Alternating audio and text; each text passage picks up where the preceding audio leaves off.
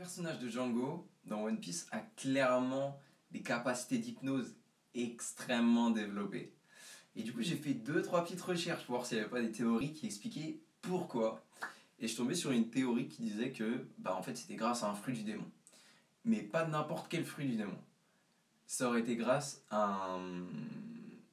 Django aurait mangé un champignon qui était en fait un fruit du démon.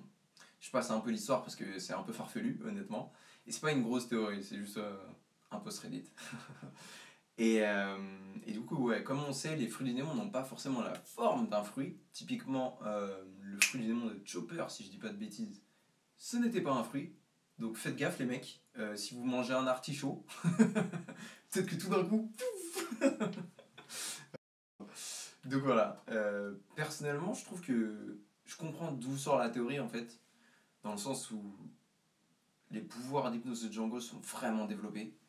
Ça serait ouf que ça soit vrai.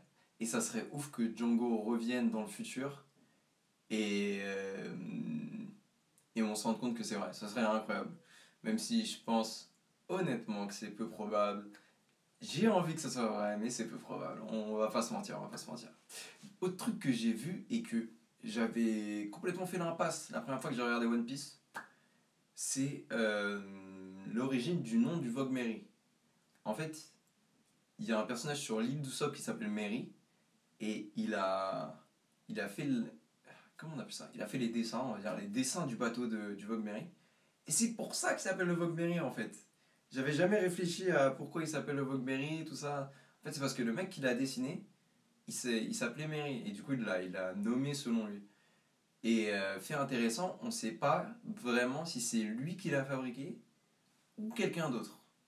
Donc là, il y a une zone d'ombre à cet endroit-là. C'est dit qu'il aurait eu les capacités pour le fabriquer, mais ça n'a jamais été clairement cité que c'est lui qui l'a fabriqué.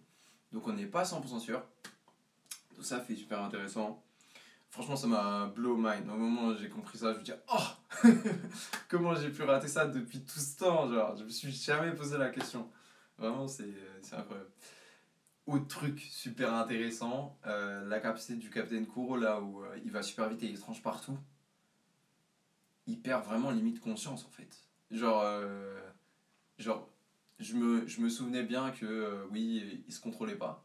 Mais juste avant de lancer la technique, tu regardes ses yeux et genre, ses yeux ils sont blancs quoi. Le mec il est out. Le mec il faut le sortir du ring là.